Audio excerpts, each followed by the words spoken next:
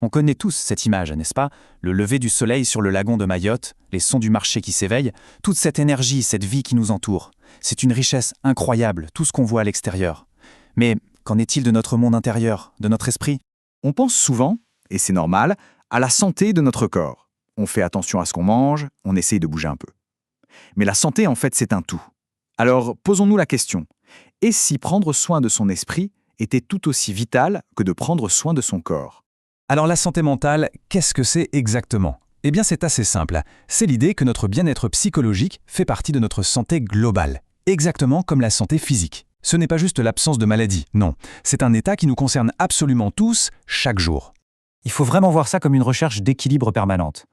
D'un côté, il y a le bien-être, on se sent bien, on est à l'aise avec son entourage, on arrive à gérer les petits soucis. Et puis de l'autre, parfois on bascule vers le mal-être. On ressent une souffrance, les relations deviennent difficiles, on a l'impression de ne plus y arriver. C'est un mouvement complètement naturel, un peu comme la marée. Et cette citation d'Arnaud Carré le dit très bien. Le but, ce n'est pas d'être heureux tout le temps. Ça, c'est impossible.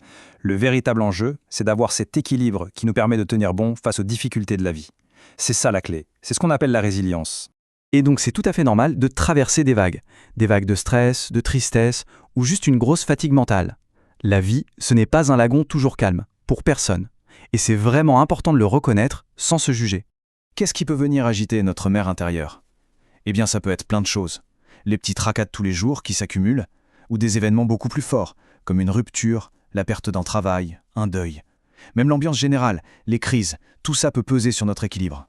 Mais, et c'est ça la bonne nouvelle, même si on ne contrôle pas toujours les vagues qui arrivent, on peut apprendre à mieux naviguer. On peut renforcer notre propre bateau, notre esprit, pour qu'il soit plus solide face aux tempêtes. Et comment on fait, concrètement? Voici 4 habitudes, toutes simples, mais qui sont de véritables ancres. Premièrement, bouger plus, même juste une marche. Deuxièmement, bien dormir. Un sommeil qui répare, c'est la base. Troisièmement, partager. Le lien avec les autres, ça protège. Et enfin, oser parler. Oser dire ce qu'on ressent quand ça ne va pas. Le truc, c'est que parfois, ces petites vagues se transforment en une véritable tempête. Le mal-être s'installe, il dure, et on se sent complètement submergé. Alors la question c'est, comment on sait que ce n'est plus juste une mauvaise passe, mais quelque chose de plus sérieux? Il y a des signaux d'alerte qui peuvent nous guider. Par exemple, quand on s'isole de plus en plus, qu'on perd le goût des activités qu'on aimait avant, quand on a des troubles du sommeil ou de l'appétit qui durent, ou ce sentiment de détresse qui ne part pas, cette difficulté à gérer le quotidien. Tout ça, ce sont des signes qu'il est peut-être temps de chercher un soutien. Et là, il y a un point qui est absolument essentiel. Demander de l'aide, ce n'est pas une faiblesse. Jamais. C'est tout le contraire. C'est un acte de courage. C'est prendre sa santé en main, c'est être responsable envers soi-même. C'est un vrai acte de force. L'important, c'est de ne pas rester seul avec sa souffrance. Ici, à Mayotte, des professionnels de la santé sont là pour ça. Des médecins, des psychologues. Leur métier, c'est d'écouter, sans juger, et d'aider à trouver des solutions pour retrouver son équilibre. Au fond, tout pourrait se résumer à cette phrase, qui est si simple et si puissante. Notre esprit, c'est un peu le filtre à travers lequel on voit toute notre vie. Alors prendre soin de son esprit, c'est tout simplement prendre soin de sa vie.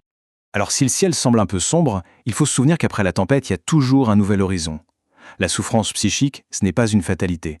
Le soutien existe, et un chemin pour aller mieux est toujours possible.